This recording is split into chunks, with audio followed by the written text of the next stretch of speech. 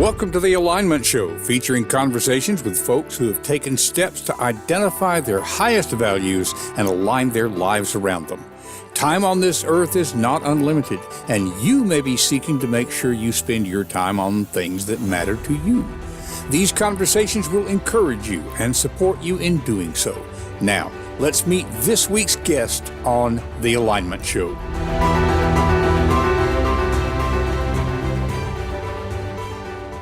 And good morning, good evening, good afternoon. I just realized I haven't plugged in my microphone. So let's see. I don't even know if you're hearing me or not. The joys of live. Okay, let's see what we're doing here. Welcome to the Alignment Show this week. We have an unusual guest today. Me. We had planned for this so that it would not have somebody else on. I've got something going on here this week myself, and I'm going to take just a moment here and check and make sure that our sound is working the way that I think it is. You know, I can't hear myself. It says that it is, so we're going to depend on the technology to not lie to me. Okay. So anyway, folks, you have been, if you're a regular listener here, you've been hearing us talk for weeks about the Way of the 3-Year-Old Why. Well, it is out in the wild now. On the major retailers, it is up for pre-order. It's also available directly from my website. It's out there now, so there are several readers who already have it. In fact, one of the things I had thought about doing today, you know, since I'm usually the host and I'm interviewing other people, I thought, you know, why don't I get one of our regular listeners, one of our regular audience members to interview me? Well, I thought of this too late to set it up. But if there's any of our regular listeners who are listening, I see that Bob is on here, for example, and I appreciate the kind words, Bob. He says, I've been looking forward to this episode. The book is amazing, as is Don. Thank you, Bob. I appreciate that.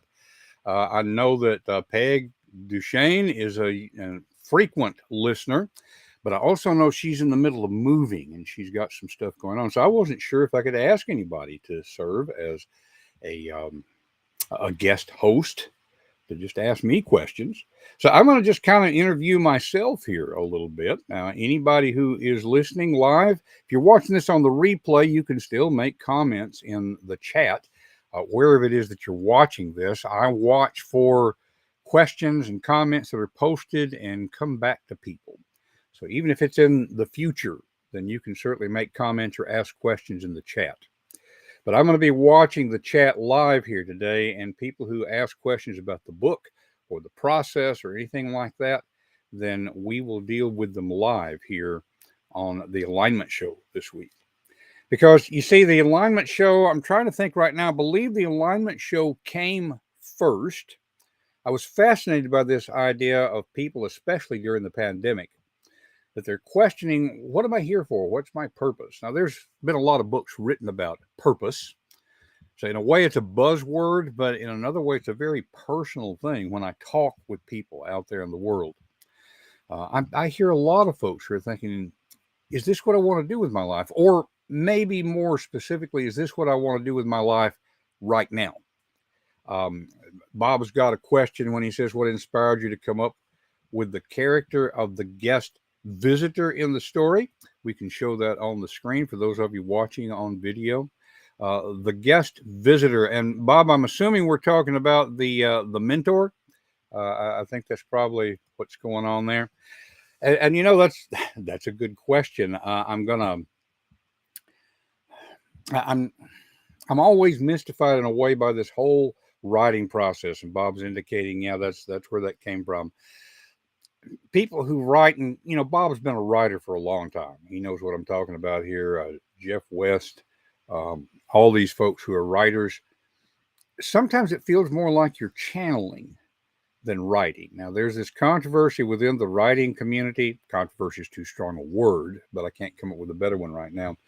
Are you a plotter or a pantser? That is, do you write by the seat of your pants, or do you plan out your novels especially, but any other book? You know, how much do you plan it out? And I think the reality is most of us are a combination of those two. We lean one way or the other. Famous examples of both: Stephen King, well known as a pantser. He takes interesting characters, puts them into an interesting situation, and then he follows them around to kind of see what happens to them. It's turned out some pretty good books. It's also led to some dead ends for him. He has said he's got half a dozen manuscripts or more stuffed in the desk drawer, where he got his characters into such a situation he couldn't figure out how to get out of it with them, and so the manuscript's just laying there. On the other hand, it's very organic, so it's a way that works, obviously. On the other hand, I have heard, I don't know for sure, but I have heard that J.K. Rowling, when she wrote the Harry Potter series, that not only did she know how the first book would turn out before she sat down to write it, she knew how the last book would turn out before she sat down to write the first one. Now, things changed as she was writing. Again, my understanding is, and I hope I'm not giving spoilers away here, that series has been out for a while. Hermione was intended, let's just say she was intended to wind up with somebody else than who she actually wound up with. So Bob's question was, where did the character of the mentor, the guest, the kind of mysterious here, we don't want to give too much away, where did that idea come from? I don't know.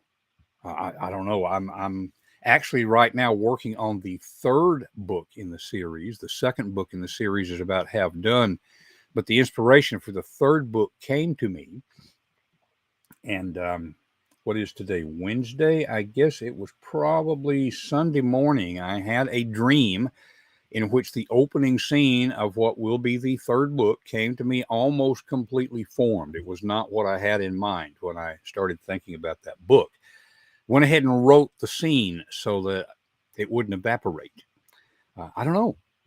I'm not quite sure. But funny enough, when I started working on The Way of the Three-Year-Old Why, it was intended to be a standalone. And it'd be an interesting question for Bob, who's on here. Bob and John David Mann, of course, co-authored the mega hit, as I think of it, The Go-Giver. And I'm not sure when they wrote that one if they knew that there was going to be a series or if they thought it would be a standalone. It was only later they realized that there was more to it. I don't know. But when I started on The Way of the Three-Year-Old Why, I just figured it would be a standalone. I realized as I was writing it that several of the characters in there had more to say. It's kind of fun putting those Easter eggs in. I'll mention, this is a good opportunity for me to mention that if you're not sure you're interested in the book, The Way of the Three-Year-Old Why, we've got cheese samples out there, so to speak. I wrote a story that is in the same vein, same style, and so you can kind of taste it. If you go to donking.com/brewing, no, it's not that kind of brewing, it has to do with coffee, but you can get a sense of that style. And for folks who read The Way of the Three-Year-Old Why, there are some Easter eggs in the Franklin story, as I think of it. It's a story about Benjamin Franklin and how he brought his life into alignment with his values. And so you'll see some familiar characters there. And you might say, well, how's that going to work since that's, 200 years ago? It's part of the mystery, I guess you could say. So that will be there. If you have an interest in The Way of the Three-Year-Old Why, you can go to donking.com/3YO, and it will take you to the current page for that. In fact, here's what the page looks like right now. One of the joys of the internet, I didn't realize until this morning that was pointing to something that was saying, sorry, this offer has expired. It's been there since Sunday. I guess I forgot to switch it over. So what this will do, you'll see there's a button there that says direct from author. You can get the book right now by clicking on that direct from author. The thing is, it's a little higher geek factor. I love BookFunnel, which is where this comes through. It steps you through how to get the book on the device of your choice, whether it's a Kindle e-reader or a Nook, the Barnes & Noble reader, the Kobo reader, any of these kind of things. There's a PDF version if you'd rather get it that way. But if that's just a little bit higher level of geek than you want to deal with, then you can go to I can see the link right there, although I don't think I can point to it here on the screen. There's a link to Kindle. There's a link to Kobo. There's 6 other stores where it's available. You can pre-order it, and then it will be available to you easily on the 29th of October. That's the official publication date. So if you'd just rather do it with Amazon, then that's the easy way to do it. But if you get direct from the author, it's available now. So you've got early access. And it also means that there will be some extras that will be available to you. I get an email address from everybody who buys direct from the author. I will be sending some bonuses for folks who get it that way. So your choice, if you'd like those extras like early access, or if you would just rather do it the easy way through one of the retailers, that is available as well. So coming back to Bob's question, which still fascinates me, I don't know where the visitor came from. I have heard feedback from readers that they didn't see it coming exactly who the visitor was. I like that term, Bob. Maybe I'll start using that rather than mentor, because mentor almost gives it away too much. And then there'll be ongoing stuff with those folks. So thank you for asking that. A little reminder for anybody who might have joined us after we started. If you've got questions or comments, we're watching the chat. We'll take those live, be able to add to what we're talking about here. If you are watching this in the future, one of the great things about streaming is that the recordings get preserved. I will watch for chat and come back and answer questions later on. So, if you have an interest in what's going on with the way of the 3-year-old Hawaiian. So I guess maybe I should share with folks who aren't familiar with it what the book is about. We've been making assumptions because I've been talking about it for weeks, but some of you may have come across it for the first time. So this is what the copy will say on the website. It says The Way of the 3-Year-Old Why is a business fable that follows Dan Roberts, a struggling speaker who is battling to create a successful business while trying to cope with his daughter's disability. A mysterious mentor appears in the form of a coffee barista, and someone keeps leaving him guidance notes indicating an intimate knowledge of Dan and his need to find his why the way a 3-year-old does. Discover how this book will change your life. Uncover the power of your why, and that's what it comes down to. That's why we're here on this show. That's why we wrote this book. Uncover the power of your why and unlock deeper levels of success. Experience a shift in mindset and gain the confidence to pursue your passions. Learn the 5 guidelines for asking why the way a 3-year-old does. By following 5 guidelines for asking why the way a 3-year-old does, Dan embarks on a journey of self-discovery and finds the answer to his struggles. If you enjoyed books such as, I've already mentioned this one, The Go-Giver, Said the Lady with the Blue Hair, co-authored by Jeff West and Lisa Wilbur, members of the Go-Giver community. I'm going to talk more about that community in just a moment. The 5 Dysfunctions of a Team by Patrick Lencioni. A lot of folks know that one these days. Or not a business fable, but it's in the same vein if you're familiar with Start With Why by Simon Sinek. You'll love The Way of the 3-Year-Old Why. So that's what the book is about.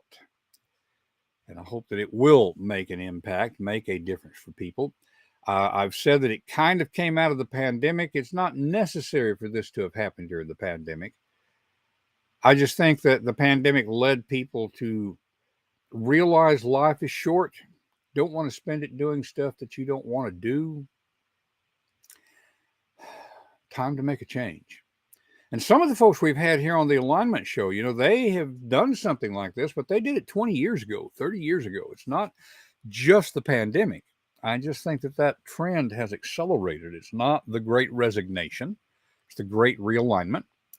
That's where this show came from, and that's where the book came from. So I want to acknowledge and say thank you back to Kathy Tajanel. Kathy, I'm sorry if I mispronounced the name as long as I have known you. I'm never quite sure how to pronounce it, but she is Bob Berg's business partner, and they are the ones who put together the Go Giver Success Alliance. That's where I met Kathy. That's where I have gotten to know Jeff West and all the other folks that we talk about here. I said I would mention this group again. They're almost a perpetual sponsor. It's amazing to me how they support each other. And we talk about them all the time here. In a lot of ways, this book came out of it. When I came to the Go Giver Success Alliance, I've actually known Bob for over 20 years, but it was several years before I realized that the Bob Berg that I knew and the Bob Berg who was the Hall of Fame speaker, the author of this mega hit, The Go Giver, that they were the same person. Bob's kind of modest in a lot of ways. Okay. And so I think it was during the pandemic that they had the community going, the Go Giver Success Alliance. I had an opportunity to sit in on a meeting, realized it would support me and where I was in my life. This book, The Way of the 3-Year-Old Why, it's not autobiographical, but it does incorporate aspects of our actual life. And one of those things going on is we have a severely disabled daughter. In fact, one of the reasons that I look a little disheveled right now, she came home from the hospital nearly a week ago, but we're still trying to catch up from that. She was in the hospital for 3 weeks. In fact, some of the stuff that came out of that stay is informing some scenes in the third book, which I don't have a working title for. Well, actually, I do. The working title is Medium Well, but I'm not sure that's the title that's going to stick. Anyhow, she was in the hospital for 3 weeks. That was her somewhere between her 35th and her 40th hospitalization. And so you'll see that Dan Roberts has a disabled daughter who's had similar experiences. We use our real life experiences as inspiration, but we're not just trying to recount things that have happened to us. But another thing that there's a similarity there, Dan, as we said in reading that, struggling to get a speaking business going, and that's been me in a lot of ways. Every time that I would start having a measure of success, something would flare up with my daughter. She's 20 years old now, but the first 4 years of her life, she was hospitalized 24 times. It's really hard to schedule things when that's going on because family has to come first. In fact, a lot of what we talk about here on the Alignment Show is values. Now, that's a term that gets thrown around a lot. It's just a fancy way of saying what's most important to you. And no judgment here on this show. If you decide that your work is more important than family, I would disagree with you. But you see, it's your life. You don't need to try to fool yourself. If the reality is that work is the most important thing to you, then don't act like family actually matters more. Be honest with yourself. Okay, so that's part of what comes into this idea of values. But for me, family had to come first. Made it really hard to have what I would think of as a traditional speaking business. As Bob knows, traditional speaking is kind of a misnomer.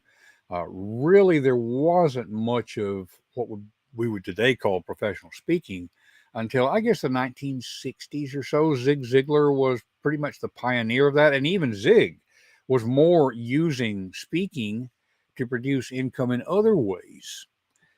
So traditional speaking really has only been around since maybe the 1950s, 1960s. It changed heavily after 2001. It's changed at least twice since then. But still, we could think of traditional speaking business as getting paid for keynote speeches, getting paid for conducting workshops. That's a heavily in-person kind of thing. There was technically there was a company such as Zoom, but people weren't using it, at least not the way they are now. And so I had to put that by the wayside, or put it on the back burner, I guess you would say. And so there's some similar struggles there to what Dan Roberts has faced.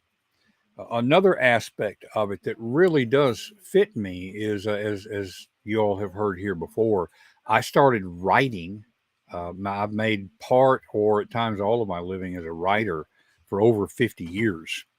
It's a lot of what lights me up, what keeps me going.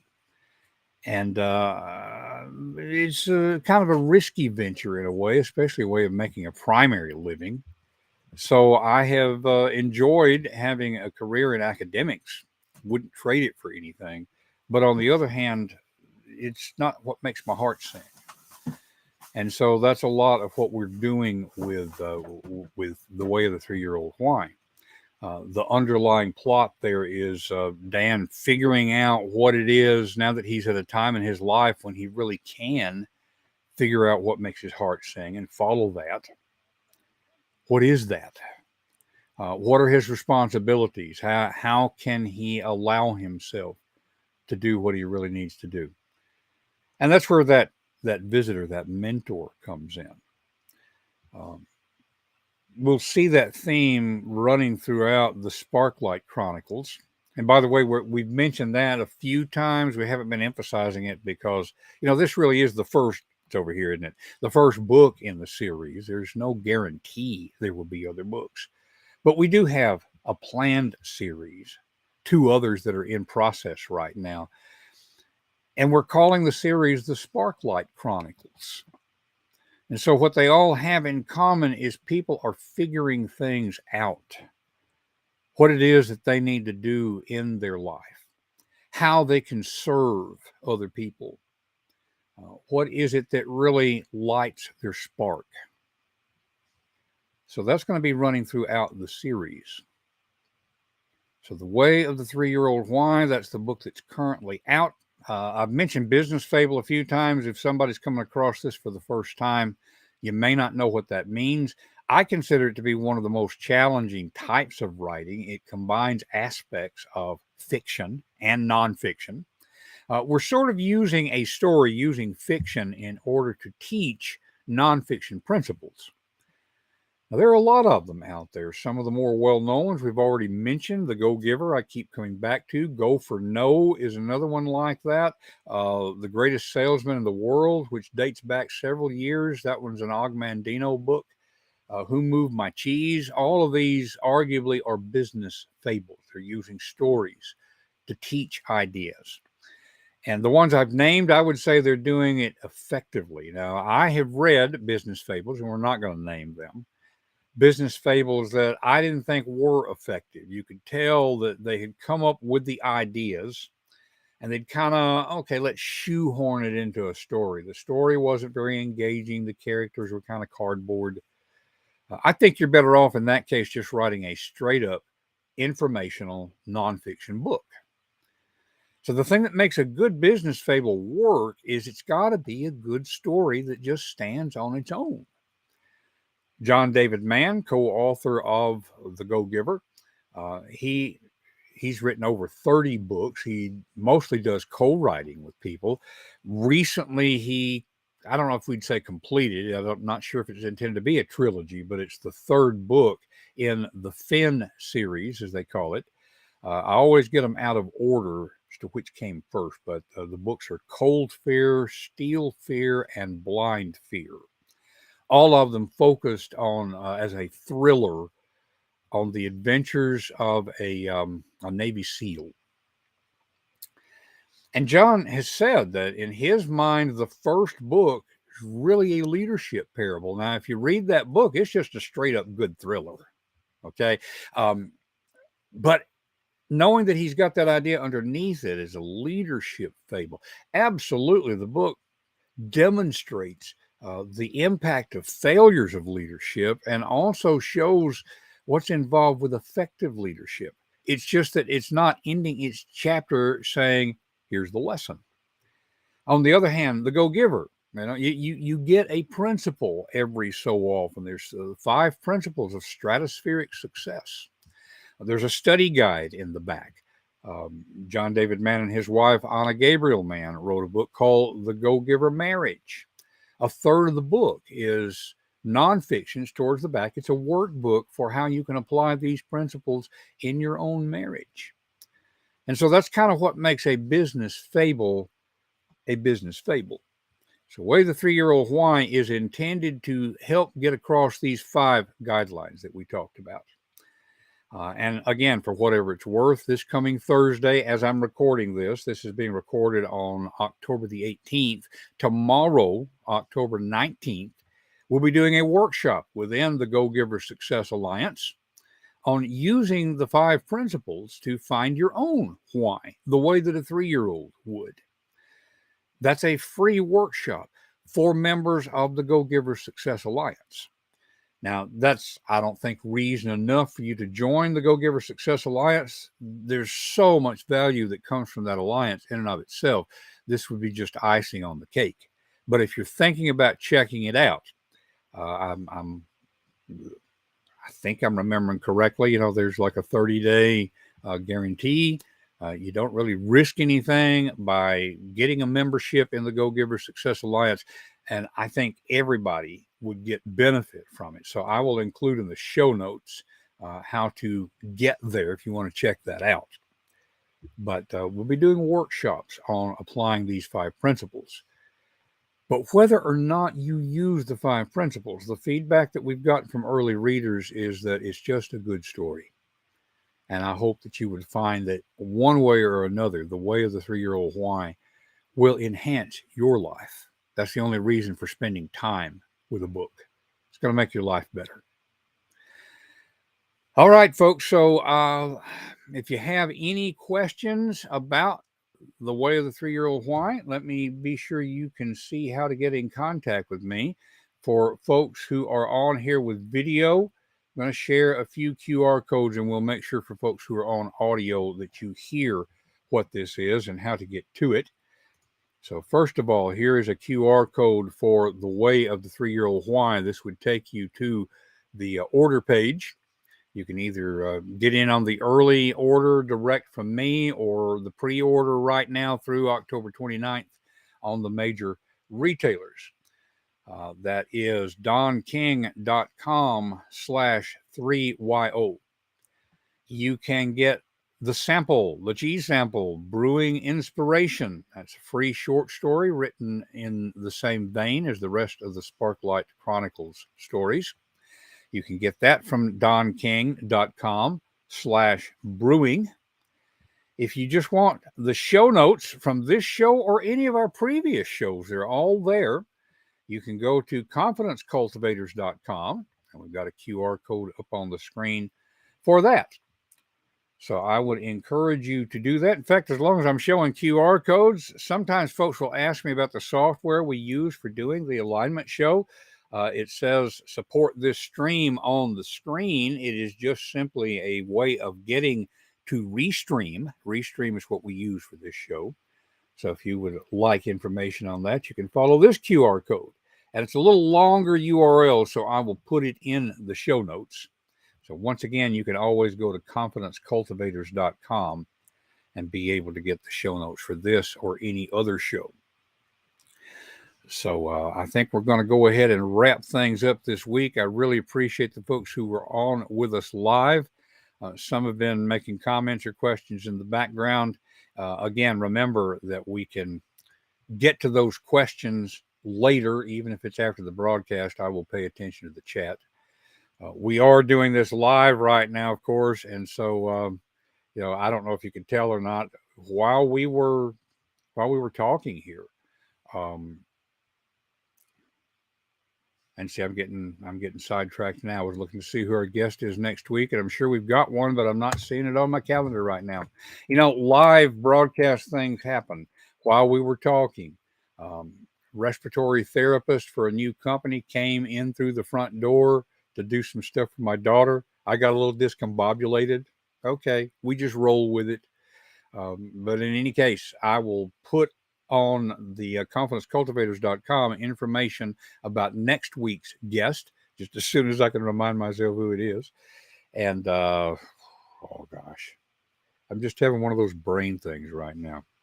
In any case, I appreciate you being here with us on the Alignment Show. You can tell from this that it is live. We don't edit things out. I like the feel of real conversation. And that's the conversation that we have with our guests, people who are taking steps to bring their lives into alignment with their values, to figure out what's most important to them and to live out their values.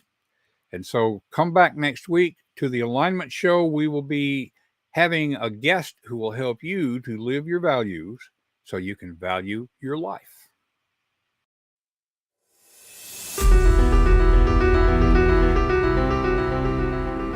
That's it for this week's episode of the Alignment Show. What has it inspired you to do in your own life? Whatever it is, take action now and take the first step. It will help you to talk with a friend about what you're thinking. Share confidencecultivators.com to spread the goodness.